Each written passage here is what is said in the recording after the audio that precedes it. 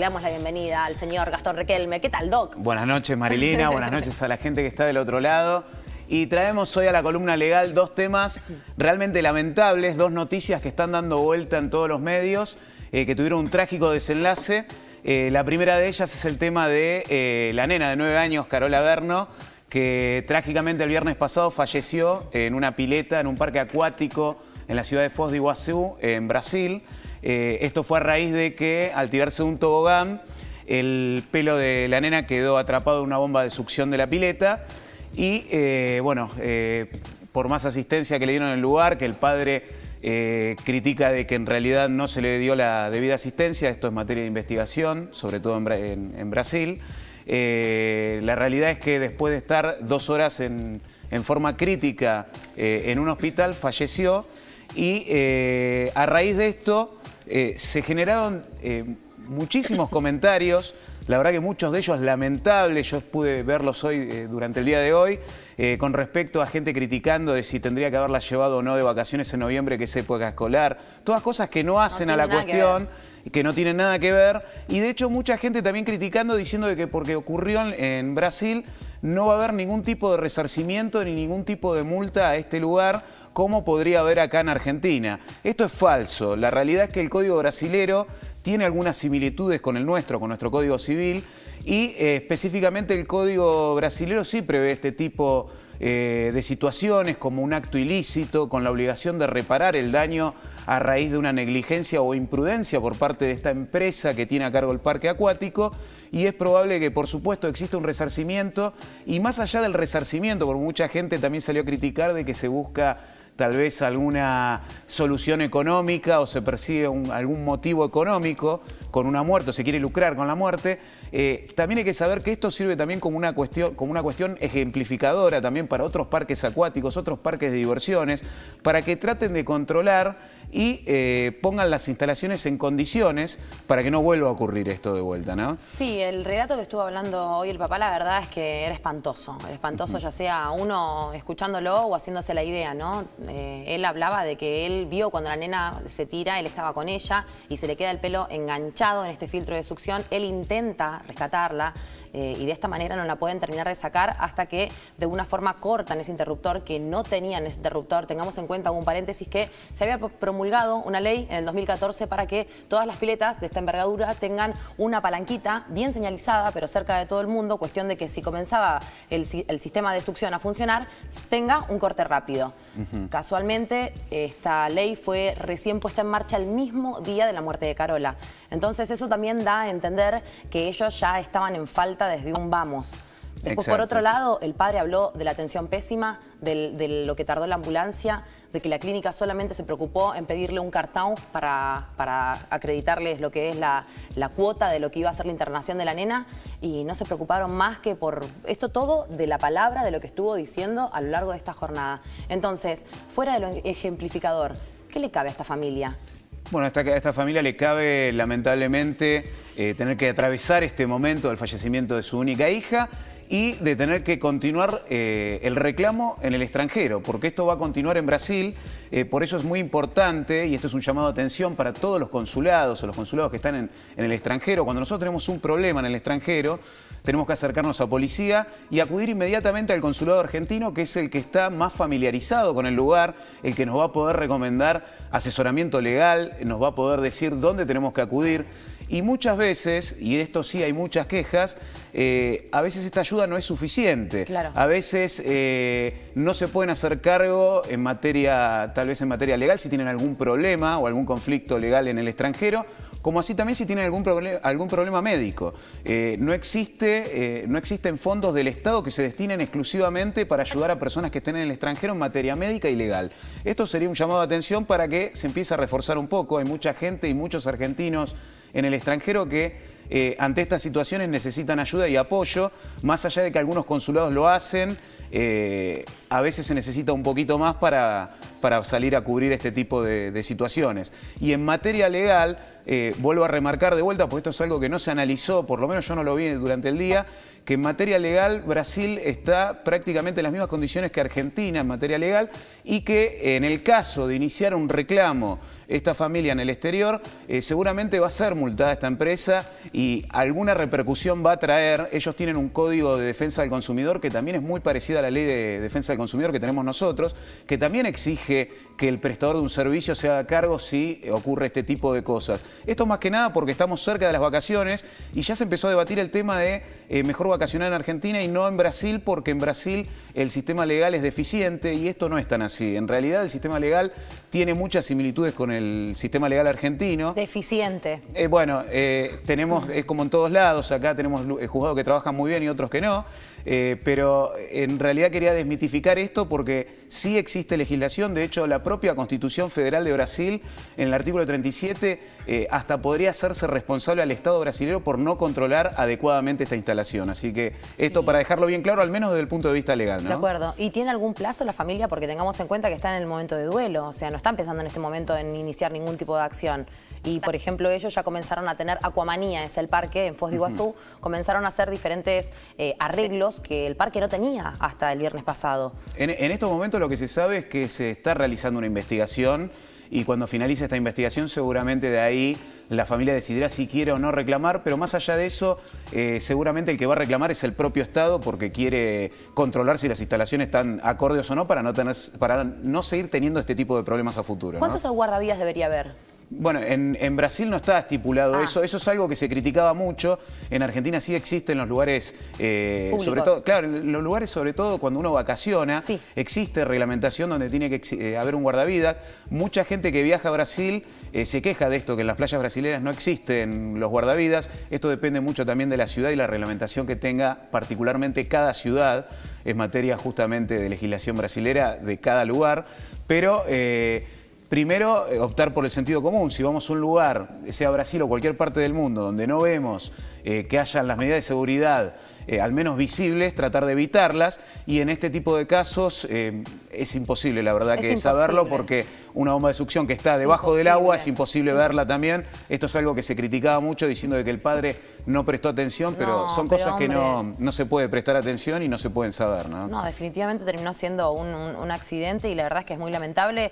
Es que la palabra ejemplificador me hace mucho ruido, porque no ejemplifica para nadie en ese aspecto. Quizás le sirve al establecimiento como para no volver a meter la pata, pero no le devuelven la vida a Carola ni a la familia que la está en este momento transitando. Entonces, ¿la ley no hay algo más que por parte del consulado de no haber recibido información justa, rápida o efectiva se puede hacer? ¿Se puede hacer qué cosa? En el sentido, uno se va al consulado, ¿no? Pide ayuda. Estamos en Brasil, ¿no? Por él que no entiendo nada de la lengua, estoy ahí, voy al de argentino y le digo, mira, me pasa este problema. Si no encuentro la solución rápido, ¿yo puedo hacer algo para que también quede asentado que no me trataron bien o que no me dieron la respuesta? Sí, obviamente a la vuelta en Argentina se puede hacer un reclamo y dejarlo asentado. Hay que aclarar también que el padre salió a decir que el consulado los apoyó desde todo momento. O sea, no es una crítica tampoco al consulado argentino que está en Brasil.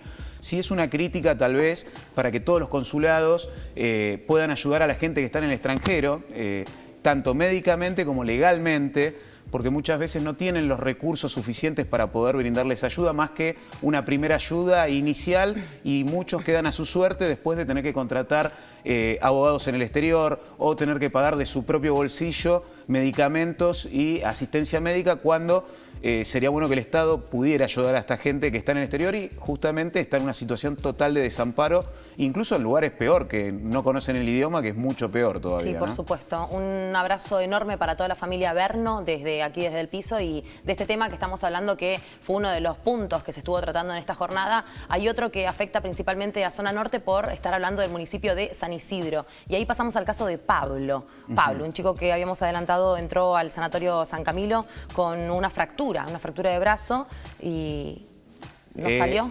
Exactamente, es Pablo Bertossi. El lugar donde entró es al San Lucas. Disculpame. Sí, es el San Lucas. Y la realidad es que no se sabe aún todavía, también está en materia de investigación, si es un nuevo caso también de mala praxis médica. La realidad es que entró con una operación, entró caminando, lo que se conoce por las noticias y incluso por los amigos de él, que yo incluso pude ver a uno hablando en el día de hoy en los medios.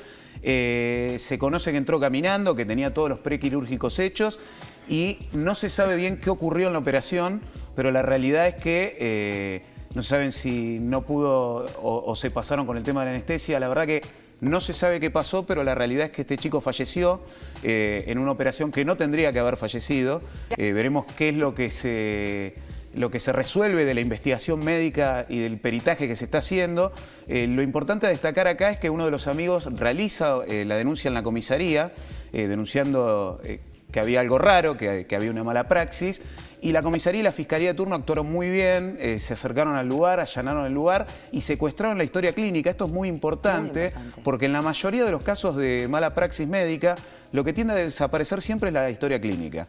Porque en la historia clínica quedan todos los pasos o toda la historia del paciente y de ahí se puede dilucidar realmente si existió o no existió mala praxis médica, más allá de las técnicas o las aplicaciones médicas que hayan utilizado al momento de realizar la intervención quirúrgica. La historia clínica es algo fundamental. De hecho, en la columna legal lo hemos mencionado un montón de veces que existe la ley del paciente. El paciente es dueño de su historia clínica y si la quiere solicitar puede acercarse al lugar donde se atiende y se la tienen que dar. Y no darle una simple fotocopia, sino que se la tienen que dar certificada y legalizada por el centro hospitalario que lo está atendiendo. Esto lo quiero remarcar. Y también aclarar que en el caso de que alguien sospeche de que haya mala praxis médica, una de las formas de actuar es perfecto como ocurrió con este caso. Acercarse a una comisaría, acercarse a una fiscalía, en el caso que la comisaría no les quiera tomar la denuncia.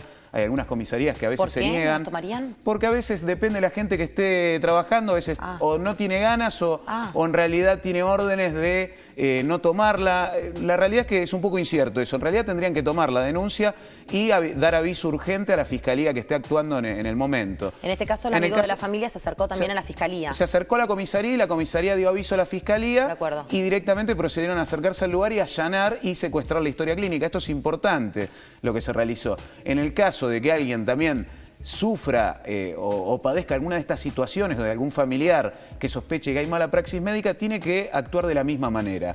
Tiene que acercarse a una fiscalía, tiene que hacer presentaciones por escrito. Esto es importante. Mucha gente va, discute en el hospital o en la clínica con la persona que lo atiende y después no queda sentado en ningún lado. Después, si uno quiere iniciar un posterior reclamo, no tiene por escrito qué fue lo que sucedió y lo que se tiende a hacer desde el otro lado es a negar los hechos, a decir, no, acá nadie discutió nada, nadie reclamó nada. Entonces es importante eso, o acercarse a una fiscalía o reclamar por escrito. Y no solamente para los casos de que ocurra mala praxis médica por fallecimiento, también hay casos donde ocurre por lesiones. Aclarar que en el caso de mala praxis médica, nuestro Código Penal argentino, en el caso de lesiones, prevé penas de hasta 3 años de prisión y en el caso de fallecimiento hasta 5 años de prisión, más allá de que también prevé 10 años de inhabilitación especial para ejercer como médico. O sea que es grave la pena que se aplica. Y nuevamente volvemos a lo mismo, no se trata solamente de conseguir un resarcimiento económico, una reparación del daño moral. Se trata también de ser ejemplificador, primero, para que esa persona no siga actuando y siga dañando a otras personas y para que el resto de la comunidad médica preste atención a estas situaciones, ¿sí? En base a lo que estuviste viendo vos también, que estás teniendo lo que es la ficha de lo que estuvo pasando, con los indicios que hay del otro lado, que ninguno de los integrantes del sanatorio salió a hablar, que la familia se enteró por el INCOCAI del fallecimiento de su hijo, ¿no? Además de que estuvieron ciertos reparos de dejarle gratuitamente la habitación para él y para las 40 personas que, según ellos contaban, acampaban en terapia intensiva. A vos te cuentan esta historia, ¿y cuál sería tu apreciación? No, la apreciación desde ya que a mí, siendo abogado y a cualquier persona por el sentido común, nos parece que es mala praxis médica. Ahora, perfecto, los que son los encargados de determinar esto van a ser peritos médicos que son los encargados. ¿Cuánto tiempo lleva eso? Y va a llevar un tiempo, yo creo que va a llevar por lo menos unas semanas para determinarlo bien. Hay que ver bien qué fue lo que pasó adentro, si es algo que se puede investigar y solucionar rápido o no, pero yo creo que va a llevar un par de semanas determinar qué fue lo que pasó. Es importante que haya una buena comunicación entre la familia y la fiscalía que está actuando. ¿Y mientras tanto el Sanatorio San Lucas? Y mientras tanto el Sanatorio San Lucas seguirá operando con total normalidad porque a ver, la persona que intervino esto quedará a disposición de la Fiscalía, que es lo que ¿No se desvincula al equipo que trabajó en esta última operación? Va a quedar a decisión, a criterio judicial, qué es lo que va a ocurrir con estas dos personas. Si realmente existió mala praxis médica, van a ser seguramente apartados e inhabilitados para ejercer su función. Hay que aclarar también de que, por el otro lado también, esto lo quiero aclarar, hay médicos que sostienen que también hay muchos abogados que viven de la industria del juicio con respecto a mala praxis. No digo que sea en este caso, pero así como hay malos médicos, hay buenos médicos también. Sí, por supuesto. Y también hay abogados buenos y abogados malos que a veces inician mala praxis médica y perjudican a un médico. Por eso es algo que se tiene que tomar con pinzas para decidir si el médico realmente tiene que ser apartado o no, o tiene que seguir en su puesto y que esto sea una fatalidad que no se pudo prever. Todo apunta a que es una mala praxis médica. Vamos a ver qué es lo que ocurre en los próximos días. Gracias, ¿no? Gastón. Bueno, nos tenés al tanto con todo, ¿no? Sí, sí, por supuesto. Los nervios las novedades que hayan, las vamos a ir diciendo acá. Dale, un beso enorme para la familia de Pablo, entonces, de aquí, de todo M20. Gracias, Doc. Gracias a ustedes.